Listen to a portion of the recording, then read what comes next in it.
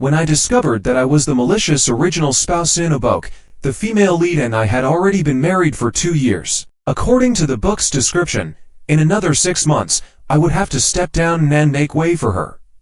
And this 6 months would be the period where I continuously make mistakes, while also advancing the romantic relationship between the male and female leads. In the morning, as usual, I prepared my dear wife's favorite sandwich and hand-ground coffee. Then, I handed her the bag and keys, and saw her off at the door. Standing at the doorway, watching the tail of the car disappear into the distance, a sudden flash of insight hit me, and everything I had forgotten came rushing back. At that moment, it felt like a sudden enlightenment, as if I had entered a state of epiphany. Here's the story. 25 years ago, I was reincarnated into the world of this book with memories of my past life. At first, I didn't know that I was in a book. It wasn't until a man, with a broad smile, said, "Baby, we finally have names. We are called Bill Wong," David gently said. "Willow, what do you think?" David Wong is the man in front of me, my dad. As for Willow, without a doubt, it must be my mom. Bill. How should I put it? A bit cheesy. Although the name Bill sounded familiar to me, I didn't think too much about it. After all, such a common name has a high chance of being repeated. 3 years later, Uncle Liu next door had a baby girl. That girl was adorable, like a little doll. So, my dad spoke up. "Look at Susan. How well she matches our Bill. Old Liu, how about arranging a marriage for our children?" I didn't hear Uncle Liu's response. My mind was stuck on the name Susan. Susan. Liu. Susan. Susan Liu. In an instant, I finally knew where the familiarity of the name Bill came from. Isn't this a character from the book I read before being reincarnated? It was a strong female lead romantic novel. As a standard in such novels, one part is the strong female lead, and the other is the sweet romance. In that book, the strong woman was Susan Liu, an unapproachable and stern CEO. As for the sweet romance, it was Mike, a cheerful and promising intern. A newcomer to the workplace, he encountered countless setbacks and challenges, but despite everything, he remained full of enthusiasm and hope for life. His persistence and resilience made the CEO see him in a different light. Not only did she not blame him for his mistakes, but she also helped him a lot. Gradually, the boss's initial curiosity about the intern turned into deep affection. Thus began a romantic love story between the two. And for a beautiful love story to be enduring, there must be some clueless elements to add some spice. Dill was this clueless element. Dill and Susan grew up together as childhood friends. They were engaged as children and got married as soon as they reached the legal age. Dill loved Susan very much, but for Susan, her feelings towards Bill were more familial than romantic. Or rather, before Mike, Susan didn't know what love was. Her career and love life seemed to be prearranged, and she just followed along. But Mike's appearance was like a ray of sunshine, breaking the stillness of a stagnant pond and igniting a passion in Susan that she had never experienced before. However, they were innocent. Even though their relationship was filled with romantic tension, they never crossed any moral boundaries. To advance the plot, this is where Bill steps in. As a husband, he quickly noticed his wife's unusual behavior and, through careful investigation, found Mike. Then came all kinds of suppression and bullying of Mike. His actions not only failed to harm Mike but also made Susan realize her feelings for Mike. At this point, I just want to say, well done. Thus, with each of Bill's antics, Susan grew to dislike him more and more, even asking for a divorce. Bill refused to agree and instead had Mike kidnapped, intending to ruin him. This crossed Susan's bottom line, and she used her powerful methods to bring down the Wong family and use Bill's own tactics against him, ultimately destroying him. Bill died silently and without notice. Susan and Mike lived happily ever after, eventually having a pair of twins. Happy ending. Damn it. When I realized I was in a book, I had only one belief: cherish life and stay away from Susan. And that's what I did. Well, until she turned 3. Before Susan turned 3, I made sure to show my respect by staying away from her, seeing her, avoid, approaching her, cry. Determined to become the most familiar stranger to Susan. But fate had other plans. It was working. Even our parents thought we were incompatible. But fate insisted on opposing me. When Susan was 3 and I was 6, I fell and hit my head. After that, I forgot everything about being in a book. My eyes and heart were filled only with Susan's adorable face. For the next 22 years, I became Susan's biggest fan, protecting and spoiling her, never letting her get hurt. And she accepted it all, never refusing. This only fueled my arrogance, and without a doubt, we walked into the marriage hall. No, the grave. Standing outside the villa, I pinched my thigh hard, tears streaming down my face. Damn it, seduced by beauty. Walking into the villa, the elegant sandwiches and steaming hand-ground coffee were still on the table in the living room, untouched. Thinking back, starting 4 days ago, Susan suddenly stopped eating the breakfast I made. Her excuse was, too early, not hungry. I didn't think much of it and continued making her breakfast every morning. I always thought, maybe she'd be hungry today. What if she's hungry and has nothing to eat?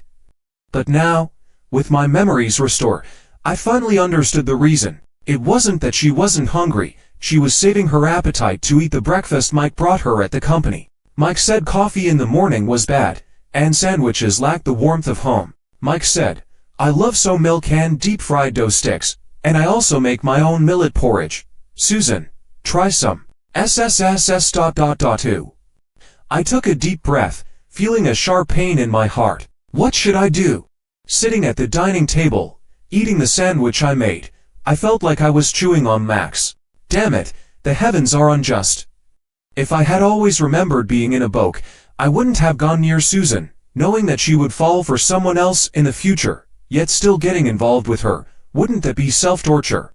If I had just transmigrated into the book now, I would have immediately filed for divorce, cutting ties with Susan and all the messy affairs. But 22 years, I have loved Susan for 22 years, and my love for her is real. Susan is special to me. I always believed that Susan loved me, even if it wasn't as deep as my love for her. I was still unique to her. That's why I could chase after her for so many years. Now you tell me, she doesn't love me, and has another true love. What do you want to do? Kill me? At this moment, the housemaid opened the door and came in. Seeing me, she asked, Sir, what would you like for lunch today? I'll go buy groceries. Suddenly thinking of something, I stood up abruptly. Butler Sophia, make some dishes that Madam likes. I'll go to her company at noon. Okay. Start preparing. I'm going out for a while. All right. I drove away from the villa and went straight to the hospital. Susan's period was a week late this month. I hadn't paid much attention to it since her periods were always irregular. But with my memories returning, I remembered something. In the original story, Susan had a child, but Bill didn't know. One time, Bill went to the company to find Susan and saw her helping Mike with his tie as soon as he opened the door. In fact, there was nothing between them. It was just Mike's first time wearing a suit, and he didn't know how to tie it. Susan, who often helped me with my tie, assisted him out of habit. But Bill didn't know. He went crazy, rushing forward to hit Mike. Susan protected Mike and was pushed away by Bill. This push caused Susan to lose her child. Bill was devastated, feeling he had hurt Susan, and almost committed suicide. But he didn't know that Susan didn't want the child in the first place. I drove steadily to the hospital. Susan and I had been married for 2 years, but always used protection. We tacitly agreed not to rush into having children. I didn't know what Susan thought. For me, I just wanted a few more years of life together as a couple. Soon, I arrived at the hospital. Feeling numb, I went straight to the gynecology department. Unsurprisingly, I saw Susan. I watched her waiting for her number, seeing the doctor, paying fees, undergoing examinations, and waiting for the results. The whole process took 2 hours, during which my mind was blank. I couldn't think of anything. I watched Susan come out of the clinic. She held the lab results. She was silent for a long time, then tore the paper into pieces and threw them into the trash can. She left. The cigarette between my fingers fell to the ground. I didn't snap out of my daze until I reached the hospital entrance. Watching the people coming and going outside, I took a deep breath and drove back. 22 years of love, 2 years of marriage, and a child in the womb. I don't want my life to be doomed by the plot of a book. Susan, please, don't let me down. Back home, Butler Sophia had already prepared the meal. She was packing it into containers and said with a smile, "It's rare to see such loving couples like you and Madam these days. It makes me envious." Normally, I would have smiled happily, but at this moment, I couldn't even muster the strength to smile. The villa was a half-hour drive from Susan's company. When I arrived at her company, it was exactly noon. The receptionist recognized me. Without notifying anyone, I went straight to the private elevator and reached the 32nd floor without any hindrance. The first person to see me was Alex, Susan's assistant. His face stiffened for a moment upon seeing me, a flash of panic in his eyes, but he quickly recovered. "Sir, why are you here?" I smiled lightly. "Where's Susan?"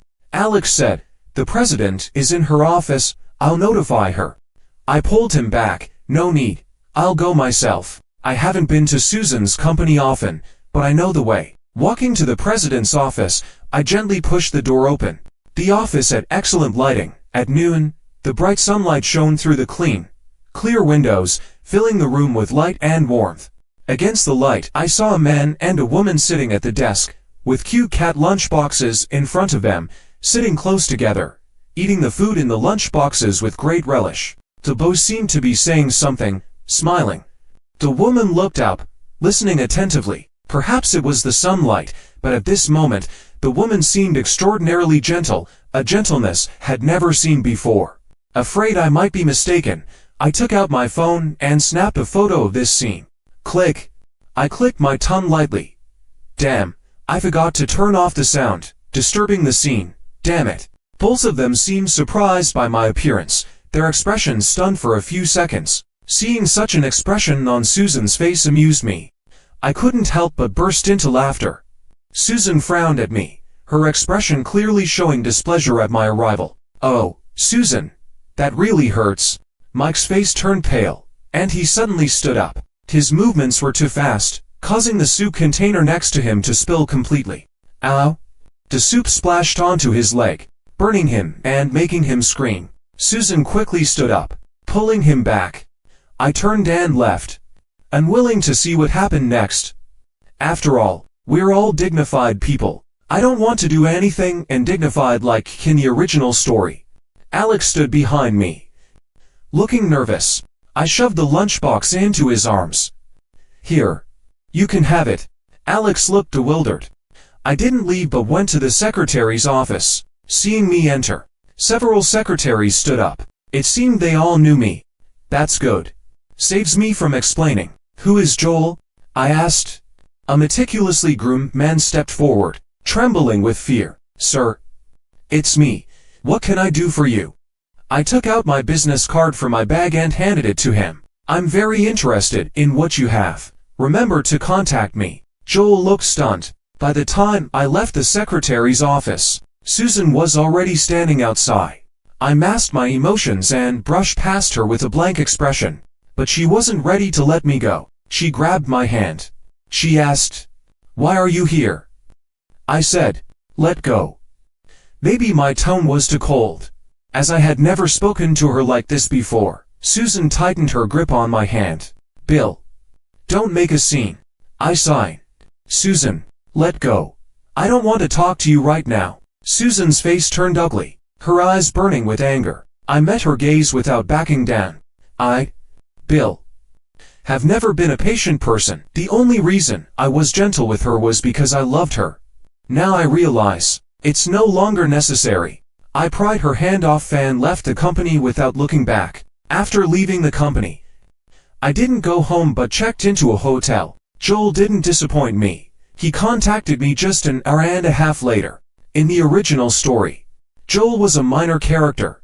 He had great confidence in his looks, which made him somewhat arrogant. So when Mike caught Susan's eye, Joel was incredibly jealous. Joel was the first to notice the ambiguous relationship between Mike and Susan. Driven by various complex emotions, he took photos of all their intimate moments. These photos eventually ended up in Bill's hands and became the trigger for his downfall. I'm not interested in the downfall, but I'm very interested in the dirt. I bought all the scandalous materials Joel had with a sum of money. I have to admit, he was very thorough. He provided not only photos, but also videos. I stared at these materials for nearly 2 hours until my eyes were sore and my stomach was growling. rubbing my temples. I realized that even though I had no appetite, I couldn't neglect myself. Just after hanging up the hotel phone, my mobile rang. It was Susan. 7:27 p.m. Her usual time to get home after work. I didn't answer and hung up directly. She didn't call again. This was Susan. After hanging up on Susan, I called my lawyer. Martin. Mr. Bill. What can I do for you? Draft a divorce agreement for me. I need it by tomorrow. He seemed stunned and didn't reply for a while. I thought there was a problem with the call. Hello? Martin? He finally responded. What did you say? Whose divorce agreement? I chuckled. Did he think I was asking him to draft someone else's divorce agreement? Mine. Between Susan and me. This time Martin reacted quickly. All right. I understand. How do you want to divide the property? I said. What's mine remains mine. What's hers remains hers. I don't want any of the joint assets. Although Susan and I had our separate businesses, we also had a considerable amount of joint assets.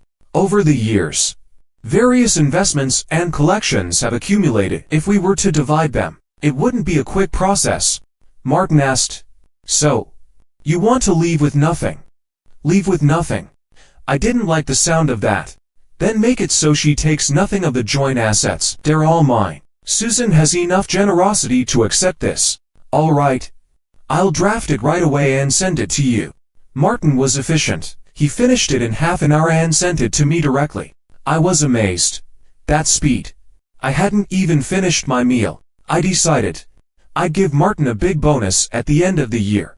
After finishing my meal, I was ready to go downstairs to print out the divorce agreement and develop those photos. Just as I opened the door, a shadow appeared, startling me. Looking closely, it was Susan. Her brows were tightly knitted, and her face was dark.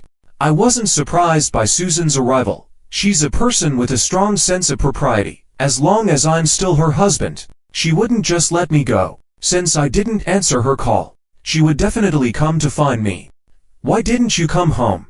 She asked in a low tone. I said, perfect timing. Come in and sit for a while. I have something to tell you. Saying that, I was about to leave. Where are you going? She asked. To print some documents. I'll go with you. I pushed her away and looked at her sternly. No need. Wait here. I let out a long breath as I entered the elevator, tightening my trembling hands, and muttered to myself, pathetic. When I returned with the printed documents, Susan was sitting properly on the sofa. She was always so meticulous, like a robot without emotions. But today, after seeing those photos, I knew that wasn't true. The divorce agreement was in my hand. I didn't take it out but asked her. A friend of mine said they saw you at the hospital today. Are you feeling unwell? I was still hoping Susan would tell me she was pregnant.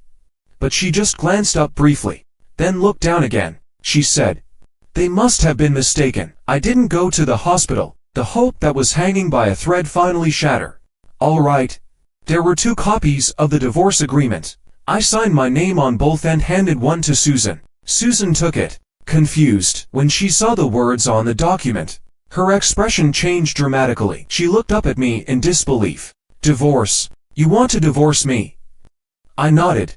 Yes. Susan stared at me intensely while I calmly met her gaze. After a while, she threw the document on the table. Wide. I took out the printed photos and tossed them in front of her. The top photo was of her and Mike standing on the rooftop, looking out into the distance. The photo was perfectly timed, capturing them gazing into each other's eyes and smiling. Susan looked through the photos one by one. Her expression remained calm and composed, her hands steady. I let out a bitter laugh, comparing her reaction to mine. The difference was stark. Did you spy on me? After looking through the photos, Susan's eyes flashed with annoyance and hidden anger. I laughed in frustration. So after seeing all this, your only thought is to blame me?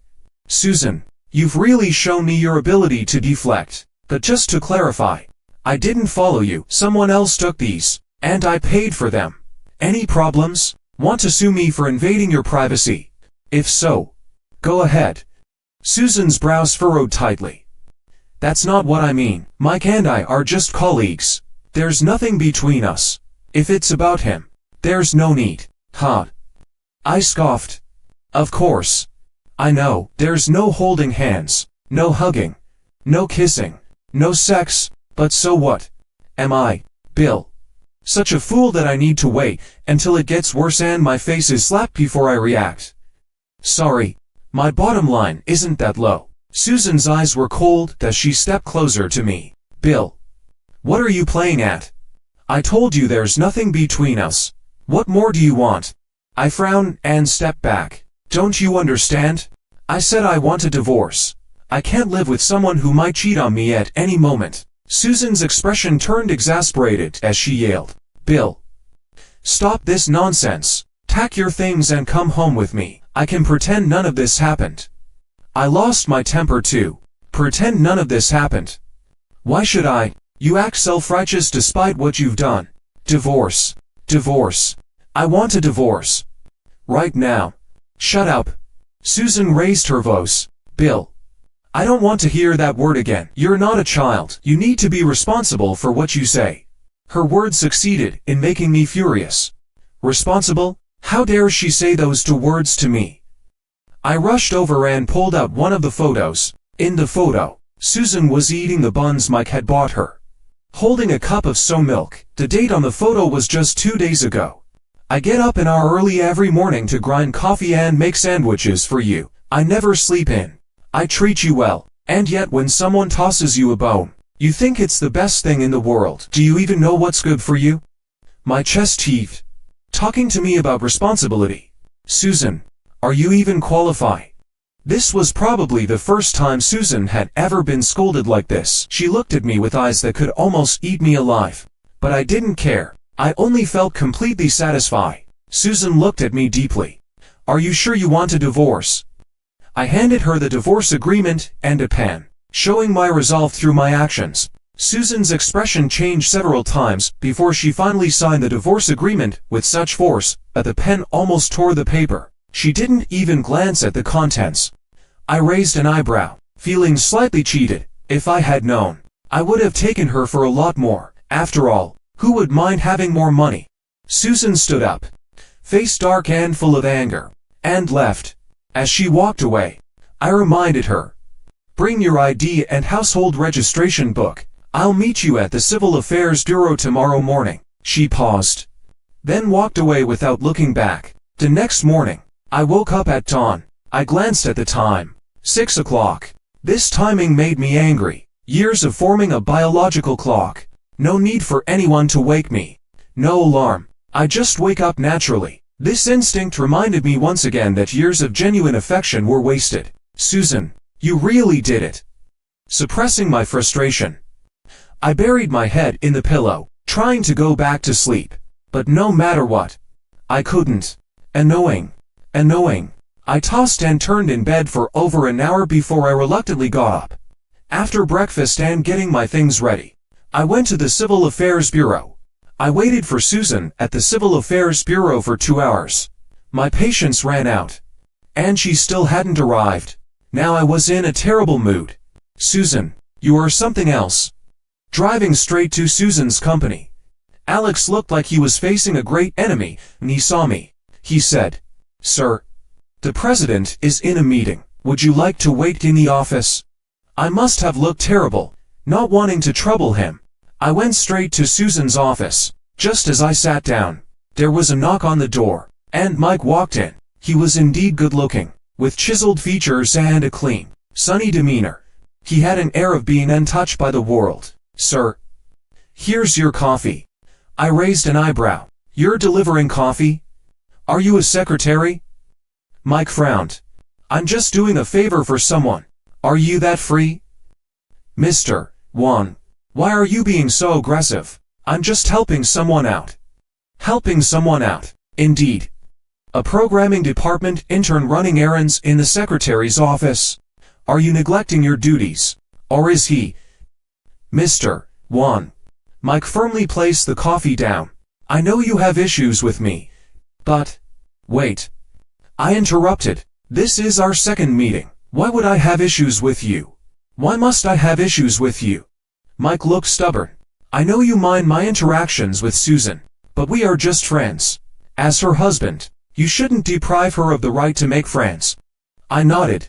A friend who brings her breakfast, makes her lunch, eats with her, freely enters her office, interferes with other departments' work, and roams around during working hours. Is this all part of the special privileges she gave you?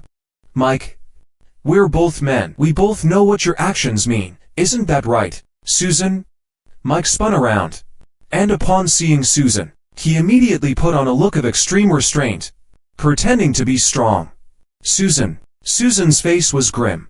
Mike looked at her with earnest eyes, but she didn't even spare him a glance. Walking straight to my side, she grabbed my hand. What's going on? It was only then that I noticed the stinging pain in my hand. Looking down, I saw a patch of red where the coffee had splashed. Seeing Susan's seemingly concerned expression, I felt a bit disheartened. I pulled my hand away from her grasp. I don't need you to care. Susan's face darkened. What exactly is going on? Mike looked humiliated. It's all my fault. I accidentally spilled the coffee just now. Susan then turned to Mike. All right, you can leave now.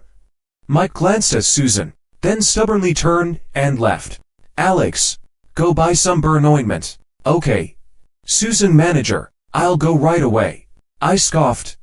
What's this? Playing out a scene from The Cowherd and the Weaver Girl, making me look like the villain who's breaking up a pair of lovers. Susan glared at me. Bill, what do you really want? Making a scene in public. I looked at her expressionlessly. What? Seeing me bully your little lover, feeling heartbroken? But what can I do? I still hold the title of your husband, and I have some right to discipline any mistresses who come up. If you really cared about your little lover, you shouldn't have stood me up. I waited for you at the Civil Affairs Bureau for 2 hours.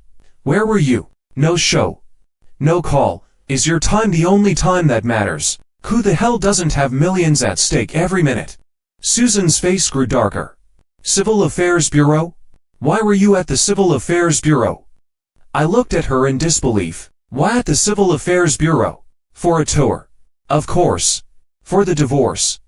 Did you think signing the divorce agreement yesterday was just for fun?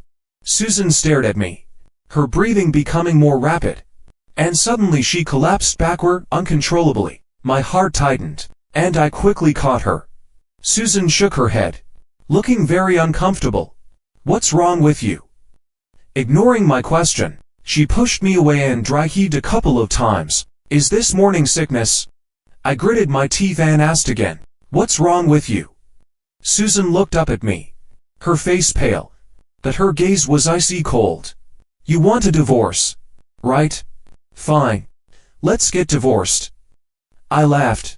This was the answer I wanted, and even now, it's what I wanted, but I felt a deep sadness, emotions surging from the depths of my heart.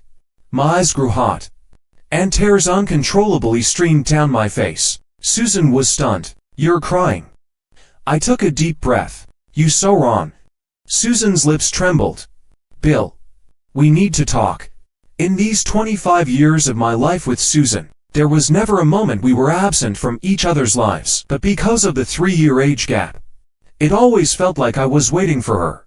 When she was 3, I was 6. When she started kindergarten, I went to elementary school. When she was 6, I was 9. Just when she started elementary school, my classroom moved from the West Campus to the East Campus. When she was 10, I was 13. Just when she moved to the West Campus for a year, I went to middle school. When she started middle school, I went to high school. When she started high school, I went to college.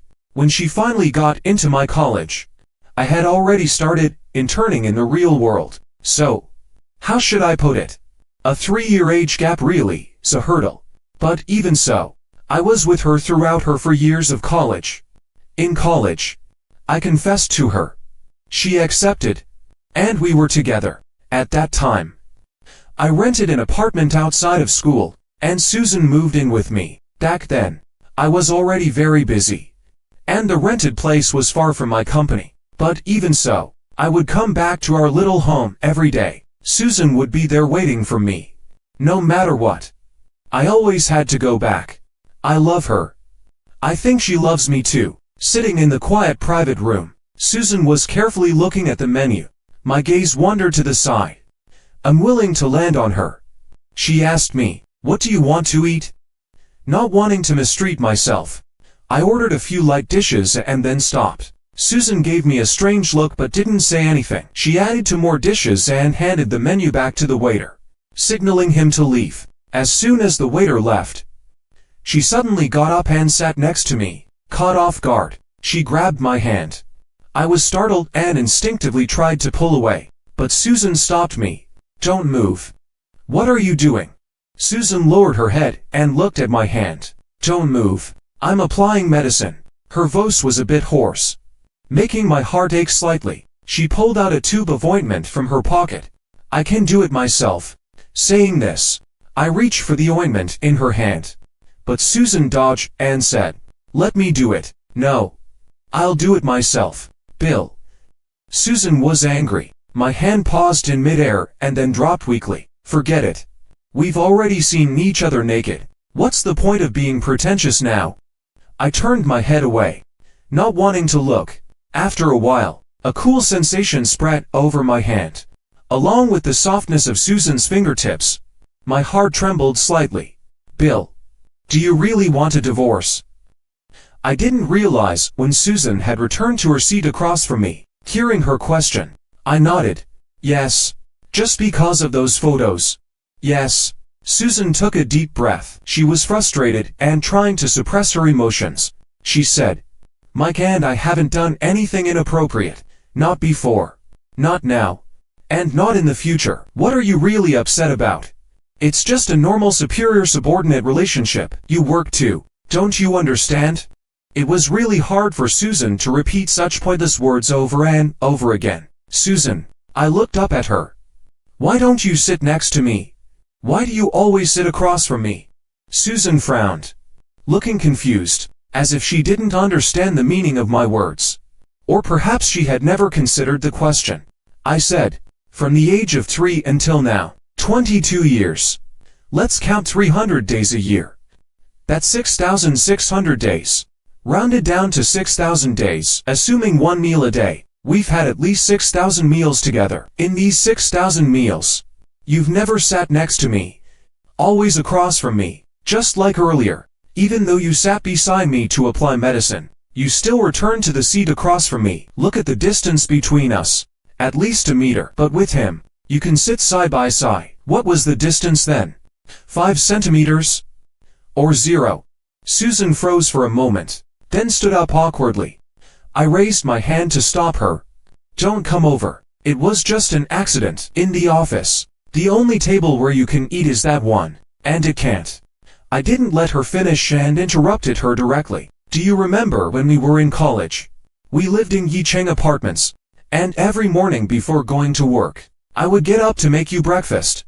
At first, I didn't know how to cook, so I could only heat up milk and cook plain rice porridge. But you can't eat that every day, so I learned to cook. When I wasn't busy, I would try making various breakfasts at home: buns, dumplings, soy milk, fried dough sticks, wontons, noodles. Later, I even started making egg-filled pancakes and jianbingguozi at home. Back then, breakfast was all I could make for you. You waited at home for me, and I wanted to make sure you ate well in the morning. But you didn't have an appetite in the morning. I could tell you were struggling to eat what I made. So, I simplified the breakfasts again. The only breakfast you can completely finish in the morning is a sandwich, 2 triangular slices of toast, a soft boiled egg with a bit of pepper, 2 slices of luncheon meat, and a piece of lettuce. The most important thing is that you don't want any sauce. You probably don't even realize this yourself, but I figured it out from making you breakfast day after day. As for the hand-ground coffee, you don't like milk because it makes you bloated. You don't like soy milk because you can't stand the texture, but coffee with milk, you can drink very comfortably. Don't I know that drinking coffee in the morning is bad for the stomach, but you like it. And have you ever had an upset stomach from drinking coffee in the morning? Susan, do you know what the soup you drink every night is? It's to nourish your stomach. I've nurtured your stomach day by day so that you can drink your favorite coffee in the morning. And even if you skip a meal or two, you won't get a stomachache. It's not for you to eat junk food. Susan's expression was grim, her mouth open and closed. And finally, she looked at me intently and said, "It won't happen again. Never again." I shook my head. "There's no never again, Susan. The smile you show him is a smile you've never shown me. Not even when we took our wedding photos. During our wedding photo shoot, you had the same expression the whole time." Later, I overheard the staff gossiping. They said, "This woman must have been forced into marriage. Look at her. Not a single smile from start to finish. She seems very unhappy." I wasn't unhappy. I was just nervous. There was something in Susan's eyes that I couldn't understand. Like panic. I shook my head. Impossible. When has Susan ever panicked? I rubbed my temples, which were starting to ache. Susan walked up to me, knelt down on one knee, and held my hand. She looked at me seriously, more seriously than when she accepted my proposal. She said, "I will transfer Mike to a branch office, and I won't see him again." Perhaps I didn't handle the boundaries between us properly, but I assure you, I only admire him, admire his attitude towards life and work. Nothing more. "You have feelings for him." Susan frowned. "I don't." Her tone was decisive, without a hint of hesitation. I shook my head. "You have feelings for him." Susan's expression grew increasingly agitated. "This is my own heart." I said no. "And that's it." I pulled my hand away. Susan's face turned cold, staring at me expressionlessly. "Susan, I know you too well. Over the years, there have been countless men circling around you, trying to get close, but you never gave them a second glance. But this man is different. He made you break your rules too many times. He's the first in your 25 years of life. In other words, this is what they call true love. I'm a businessman. If an investment is about to bankrupt me, I will definitely cut my losses in time to minimize the damage. Susan, you have feelings for someone else. That's why I don't want you anymore." Susan refused my request for a divorce. This was to be expected. After all, Susan isn't someone who acts impulsively or emotionally, just like in the book. Even in the end, she wasn't divorced, only widowed. Thinking about this, I couldn't help but shiver. Susan wouldn't want to kill me, would she? I shook my head. It shouldn't be that extreme. I can understand many plot directions in the book, except for one thing. Susan bringing down the Wong family. That's not something Susan would do. If the Wong family were to fall, at most, Susan would lend a hand. The deeper reasons would definitely lie within the Wong family itself. It seems I need to thoroughly review the company. After our talk, Susan seemed lost. She only said, "I won't divorce you. We will stay together." I felt I had made myself clear enough, and I was too tired to say more. After all, I'm not her emotional advisor. It's not my job to help her understand her own feelings. I stood up and walked away. She grabbed me. "Where are you going?" I said, "Home." She didn't let go. "Which home?" I said, "City A." Upon hearing this, she seemed to breathe a sigh of relief. She said, "Wait for me at home. I'll take care of everything." I shrugged, not really caring. City A is the place where we lived after getting married. She thought I was compromising and going home, but I didn't tell her I was only going back to pack my things. When I returned to Sitio with a team of professional organizers, the housekeeper, Sophia, was shocked. At first glance, it might have looked like the house was being seized. Sophia looked bewildered. "Sir, what are you doing?" I said, "Moving out." Without waiting for Sophia to ask more questions, I started giving instructions. "Take down all the photos and paintings from the walls." "Yes, sir." "Pack up all the men's items in the second floor dressing room." "Yes, sir." "Move the entire bookshelf from the master bedroom on the second floor." "Yes, sir." "Clear and throw away all the carpets." "Yes, sir." "Uproot the ginkgo tree outside." "Yes, sir." "Everyone else, clean the entire house and remove anything with masculine characteristics." "Yes, sir." I came with a grand entourage and left the same way. Sophia tried several times to approach me, but my calm demeanor kept her at bay. She works for Susan and gets paid by Susan. Once I leave, we will have no further interaction, so there's no need for pleasantries. After leaving Cydia, I didn't go home but went to another property I owned. Mr. Wang and Mrs. Li were still traveling and hadn't returned. There was no need to worrying them. Besides, I was determined to divorce and didn't want to hear any more advice. After leaving, I blocked all of Susan's contact information and went straight to the office. For the next week, I practically lived at the company, reviewing all contracts and accounts. Sure enough, I found a problem. The company's chief financial officer had secretly set up a shell company to commit tax evasion. It would have been fine if he had embezzled all the money himself, but he transferred a small portion to my father's account under the guise of dividend payments. Quite capable. Not only did he break the law, but he also tried to make my father the scapegoat. Who gave him the nerve? Oh, it was my father. This CF is a company veteran, my father's best buddy, who fought alongside him for many years and took care of me. It's shocking to discover that the wolf that bites your neck is actually right beside you. But it's understandable. After all, if Susan can change, why can't anyone else? Having identified the root of the problem, I handed the matter over to Martin, my lawyer. What should be done about this? As a law-abiding citizen, of course, we will handle it according to the law. During this busy week, many people sought me out, but 3 were the most notable. They were Susan, Mike, and Joel.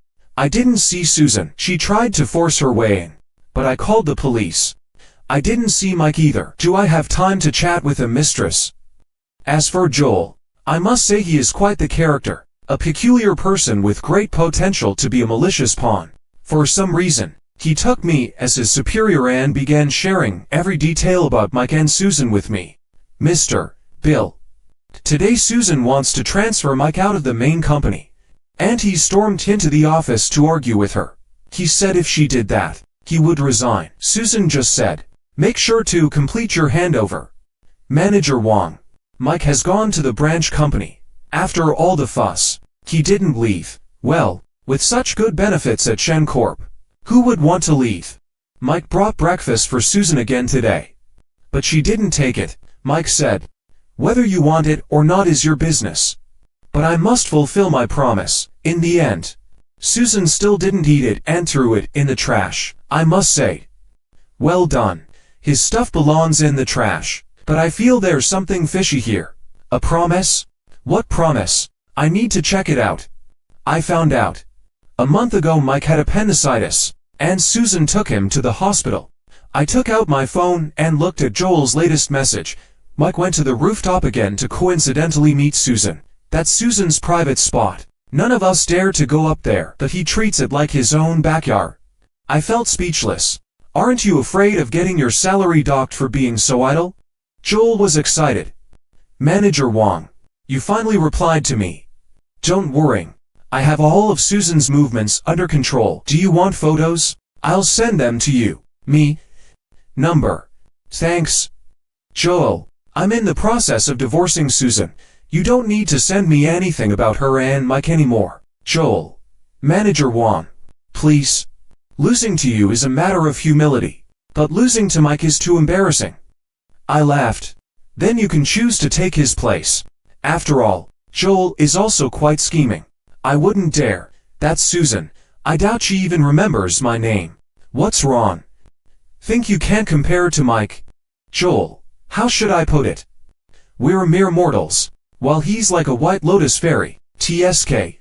I don't know what Susan's taste is. The more I think about it, the more annoyed I get. Joel's words amused me. Are you free tonight? Let me treat you to dinner. Joel immediately replied, I'm free. I'll rearrange everything for you. Manager Wang. We arranged to meet at Alicia's Western restaurant. When she saw me, she was surprised.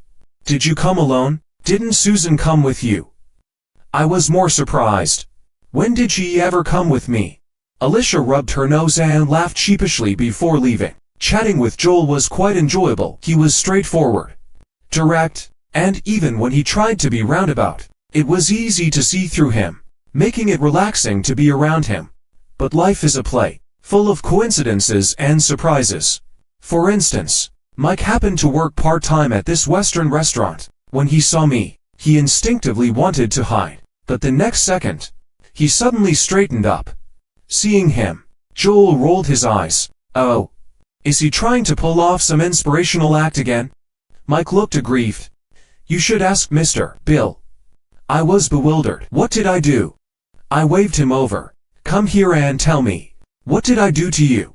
Mike's eyes were filled with anger and grievance. He said, Mr. Bill, if there's been a misunderstanding between me and Susan that has caused you distress, I can explain, but taking it out on my parents, isn't that too much?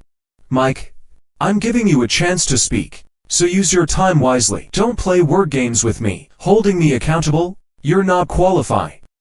Just as I finished speaking, Susan rushed in hastily. She was wearing a light gray suit, one that I had bought for her. A misstep. I had thought of everything but forgot about the things I had bought for her. I should have taken those too. I laughed. Seems like I spoke too soon. Apparently, you are qualified. See? Your backer is here. Mike turned around, looking at Susan with delight. But Susan didn't even spare him a glance. Her gaze was fixed on me, not leaving for a second. I looked at her. She seemed haggard, thinner, with a touch of desolation in her eyes. I said, Are you here to support your little lover? Why do such dishonorable things? Just divorce me. What's the thrill? Susan seemed not to hear my words. She took a few steps forward, staring at me intently. Why didn't you come home? Why didn't you see me? I put on a cold face, not wanting to continue this pointless conversation. I turned to Mike. I know you've been trying to find me these past few days. I'll give you one last chance. Say what you need to say. Mike looked at Susan with hopeful eyes, but seeing that she wouldn't respond to him, he looked at me with humiliation. Mr. Bill, why did you fire my parents? They worked diligently at Wang's for so many years. How could you dismiss them on a whim? What did they do wrong? Is it such a coincidence? Mike's parents work at my company? This really complicates things for the malicious original wife. Mike, you've watched too many romantic dramas. Do you know how many people work at my company? Thousands of employees. Who are your parents that I would personally fire them? Even if their dismissal was unrelated to me. What if it was at my behest? Do you think I run a big company and earn so much money to do charity? It's for my own satisfaction. As the top decision maker of the company, don't I have the right to fire a few people with bad conduct? Susan, don't I? I coldly looked at Susan. Susan looked back at me and said, Come home with me. I've retrieved everything. Everything will be like it was before. Come home with me. Me? What? Mike was unhappy. On what grounds do you say my parents have bad conduct? Because they raised a son with bad conduct. Mike's face turned red. Mr. Bill, you're too much. Just because you have money and power, you think you can bully people? What did I do? How can you say that about me? I was just grateful to Susan for taking me to the hospital. I bought her breakfast and made her lunch out of gratitude. What did I do wrong? I nodded understandingly. I get it. I understand. I glanced at Joel, who was watching the drama with excitement. I asked him, if you had appendicitis, would you call Susan? Joel shook his head vigorously. Do I not have a phone? Wouldn't I call 911? Don't I have parents? They'd be the first I'd call. Don't I have friends? Am I that pitiful? If worst comes to worst, I can crawl out and knock on the neighbor's door. Mike's face turned from green to white. And even if I did call Susan, at most she'd call 911 for me. My words cut deep, each one a precise stab. But Mike's face showed a glimmer of hope. Susan didn't look at him. She said, It won't happen again. I felt disinterested. Mike, don't get discouraged. Once I'm done divorcing Susan, you can take your place. For now, be patient. Don't give me a chance to finish you off. Susan clenched her teeth and grabbed my hand. We're not getting divorced. Not now. Not ever. There's no one else. Only you. What's the point of saying these things now? I tried to pull my hand away, but she wouldn't let go. I didn't mean to throw her off. Just one push. And she stumbled, hitting the edge of the table. Her face turned pale instantly, and she clutched her stomach protectively. She held my arm tightly. The baby, Bill. Our baby. Did I want a baby? The answer is yes. Before I brought out the divorce papers, I always hoped Susan would tell me she was pregnant. I thought, as long as she said it, I would forgive her. It wouldn't matter if she liked Mike or if she had feelings for him. As long as she still wanted to keep our baby, we could start over. But she never said it. Even as we proceeded with the divorce, she never said it. I thought she had already terminated the pregnancy, but now she says she's carrying our baby. Susan lay on the hospital bed, holding my hand tightly. I didn't pull away. Honestly, I was exhausted, physically and emotionally drained.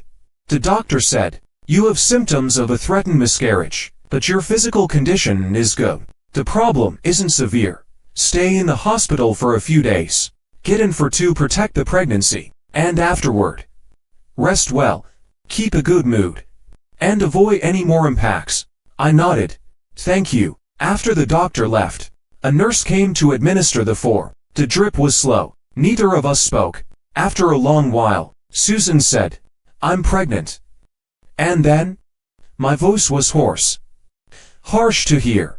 Susan's hand trembled. Then she hurriedly let go. What did you say? I looked down at her. And then?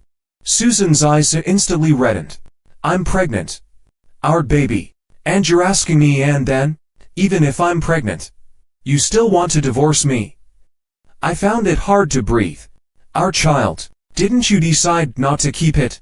How could it be our child? Susan shook her head. No. I interrupted her.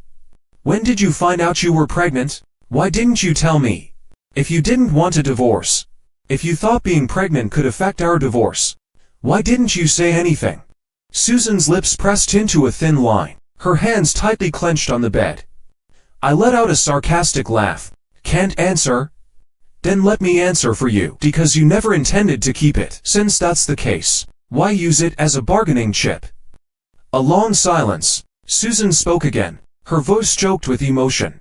Bill, can we not get divorced? Please? I shook my head decisively. No. Susan's breathing grew heavier. I'll keep the baby. We won't get divorced. Susan, I shouted. Don't use the baby as a bargaining chip. Susan cried. I didn't handle my relationship with Mike well. It won't happen again. Let's start over. Please? I felt a bit of pain in my heart and sighed. Others can, but you can't. Because you're Susan. Susan looked bewildered. For so many years, the only man you've publicly acknowledged as a friend is Mike, right? Even those we grew up with didn't have that honor. Yes, now you're just friends. But what about in the future? Susan, ask yourself, if I hadn't escalated this to the level of divorce, if I had just argued with you, or even threatened you, what would you have done? You'd find me annoying. Think I'm petty. Think I'm unreasonable. You'd repeatedly tell me, we're just friends. You know, the worst part is people like you, hiding behind the guise of just friends, doing ambiguous things, and then blaming me. Even if something happened between you, you'd say it was my fault. Why not cut it off at the source? A piece of rotten flesh should just be cut off. Susan shook her head slowly. She looked at me pleadingly. Bill, you can't do this. You can't leave me over things that haven't happened. These are just your assumptions. They won't and can't happen. I rubbed my temples. Do you know about risk assessment? Susan stiffened. What about our relationship? Our 25 years together. Are you just going to throw it all away so easily? We're having a child. We'll get better. Bill, you still love me. You still love me. It seemed that this love was her last hope, the confidence I had given her. I interrupted her. Susan, do you love me? Susan looked at me, and for the first time, she directly answered my question. Bill, I love you. I scoffed. You can do ambiguous things while loving me, so if I want to divorce you while loving you, what's the problem? Susan's face turned pale. She looked at me pleadingly, her eyes like those of someone drowning in despair. I turned away, not wanting to look at her anymore. Susan, I'm giving you a week to think about it. What about our child? As you wish. If you want to keep the baby, I will support it. If you don't, I can accompany you for the surgery." My words were cold and heartless, hurting both her and myself. A dull thud sounded behind me, followed by Susan's beast-like roar. "Bill." Susan stayed in the hospital for a week. She caused a commotion for a week.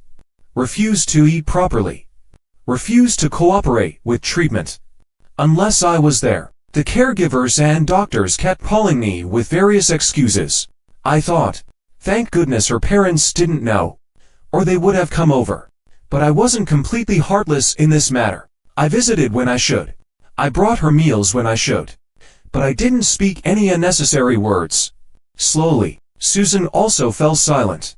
One day, she suddenly said, "Bill, I'm really scared. When you act like this, I feel like you're drifting further and further away." I didn't know what to say. 22 years of feelings. I'm not a robot. Facing her, I also felt sad. I also felt heartbroken. But each bout of sadness and heartbreak reminded me that it was all caused by her. She was the one who first disregarded our 22 years together. I repeatedly went over this process in my mind. 1,000 arrows through the heart. Just like that. And then there's the child. What are you planning to do? Susan caressed her belly. What if I say I want to keep the baby? I'll pay child support. And I will take care of it. Susan looked at me with teary eyes. Bill. During pregnancy and breastfeeding, as long as I don't agree, you can't divorce me. Yes. That's correct. But the baby will eventually be born. And will eventually grow up. Susan. Let's stop forcing things. What if I insist on forcing it? This version of Susan made me sad. I gently brushed her bangs aside. Then we might not be able to part on good terms. Susan choked up. Bill. You are too cruel. You gave me confidence with 25 years. You made me mistakenly believe that everyone in this world might leave me, but not Bill. But now you're abandoning me without hesitation, without leaving any room for reconciliation. Bill. You're too cruel. Her sobs made my heart clench painfully. But only for a moment. Then let's just consider it my mistake. Susan shook her head. No. It's all my fault. I was wrong. She looked at me with red eyes. Bill. If you could do it all over again, would you still be with me? The question made me pause. Looking back at those 22 years, I had accompanied her. And she had also been there for me. Yes. Susan stared at me in a daze. Susan, I'm 28 this year. You have been a part of my entire life. You have always been there for me, no matter what happened. You were the first person by my side. You didn't miss any stage of my life. You witnessed everything about me. Susan, falling in love with you was inevitable. I can't deny the past 22 years because of current mistakes. Likewise, I can't accept the current mistakes because of the past 22 years. What should we do? Susan, tell me. What should we do? Tears silently fell from my eyes. Susan stared at me. A painful cry escaping her lips. For the first time, she truly realized what she had done wrong. With a hoarse voice, she said, Bill, I agree to the divorce. Without any disputes over assets, my divorce from Susan proceeded smoothly. Looking at the freshly issued divorce certificate, I let out a long breath. I felt both a sense of loss and relief. Do I hate Susan? It doesn't seem to have reached that level, but as long as she holds the title of my wife, the things she did will remain a thorn in my throat. Only by shedding this title can I truly let go. What is this called? Let's call it self-rescue for now. I took Susan back home. I stopped at the door. This is as far as I go. Susan looked very haggard. She asked, Bill, will you come to see me in the future? I should. After all, there's still the child. Susan ultimately decided to keep the baby. I don't think it's a wise decision, but the child is in her belly. I can't take away her right. I turned and left, leaving Susan standing there. Mr. Wong and Mrs. Lee had returned from their trip. Seeing me, Mrs. Lee was very happy. Son, have you lost weight? Lost weight? That's good. Mr. Wong came down from upstairs. Where's Susan? Why didn't she come back with you? We're divorced. I didn't intend to hide it from them. Mr. Wang and Mrs. Li were both stunned, standing there, wide-eyed. I handed them the divorce certificate. This. Mr. Wang glared at me. What's going on with you? Such a big matter. Why didn't you discuss it with us? Do you even consider us your parents? Mrs. Li gave him a hard slap. Why are you scolding our son? Given how he was with Susan, if it wasn't absolutely necessary. She didn't finish her sentence. I lowered my eyes, letting out a sarcastic laugh. See? Everyone knows how deeply I love Susan. Mrs. Li suddenly stepped forward, stood on tiptoe to hug me, gently stroking my hair.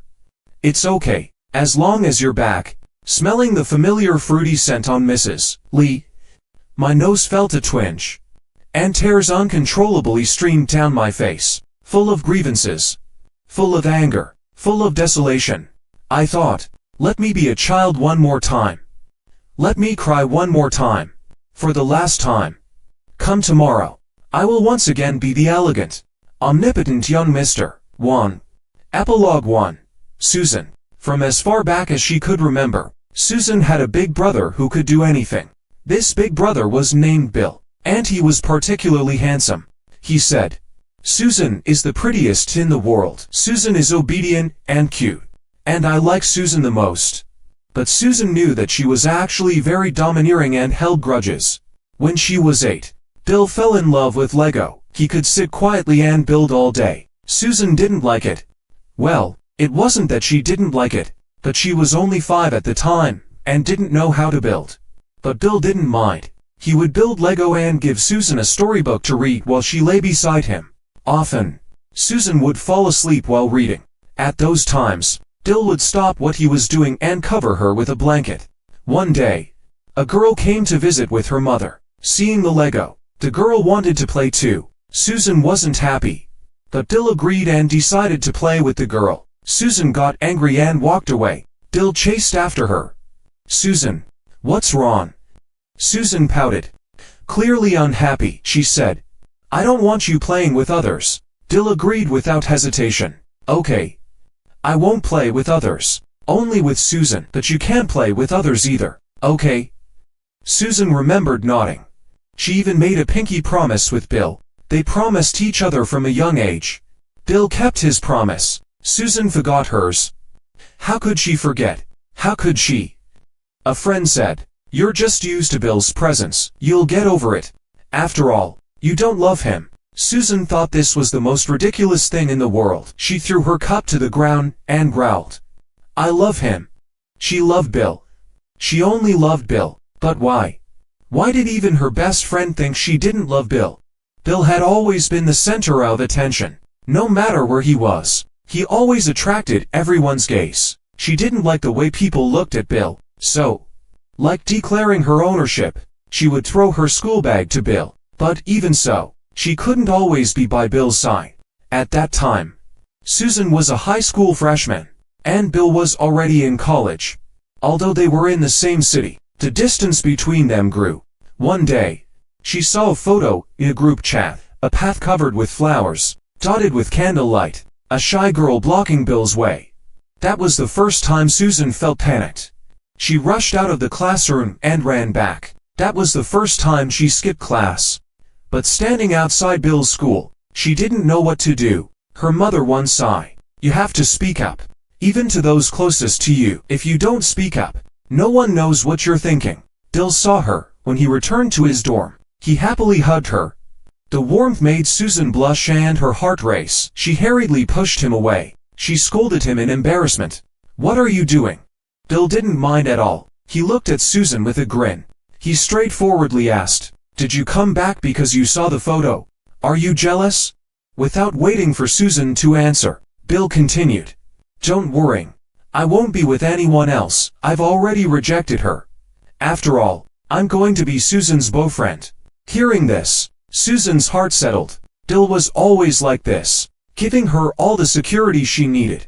Susan couldn't help but call Bill and tell him about this. She wanted to tell Bill that she loved him, and had loved him since then.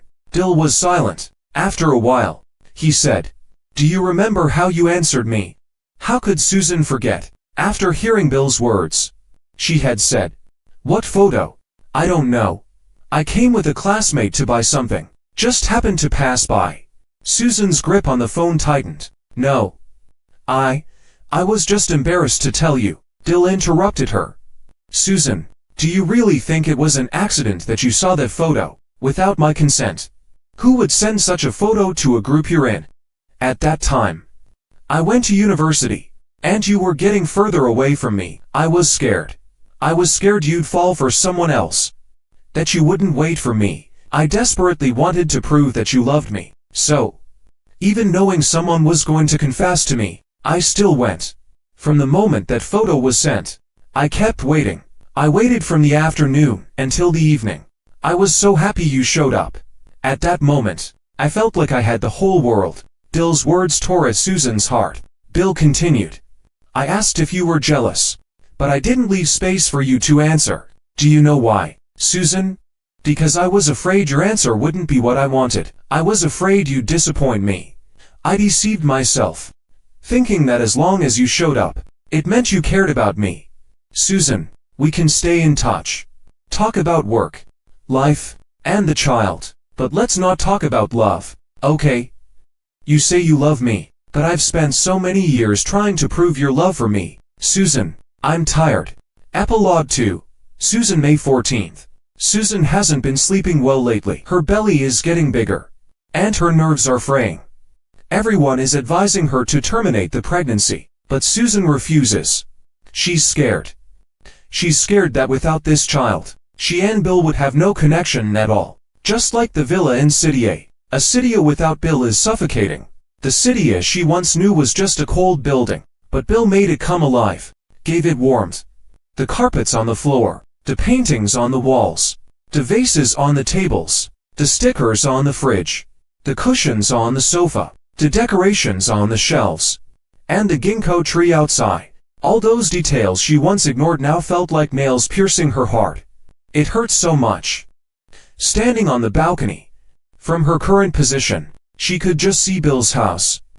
Even though she couldn't see Bill, she felt like she could breathe under the same sky. On those sleepless nights, she questioned herself countless times. Why did she let her relationship with Bill come to this point?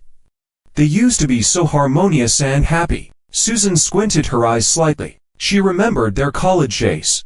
She remembered when Bill confessed his love to her.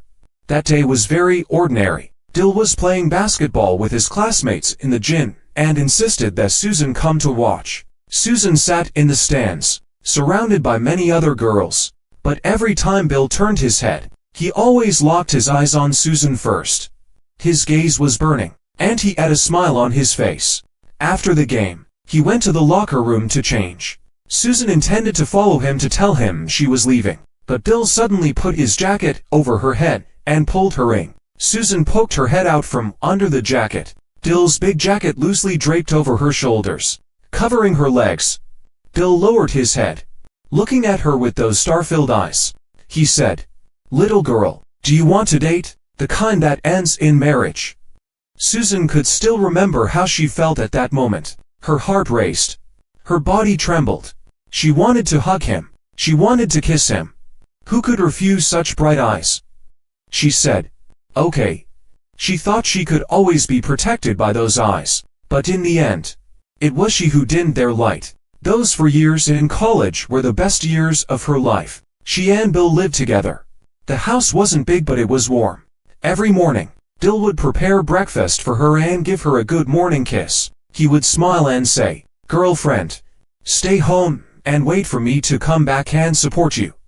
Every night, no matter how late, Susan would sit on the sofa waiting for him.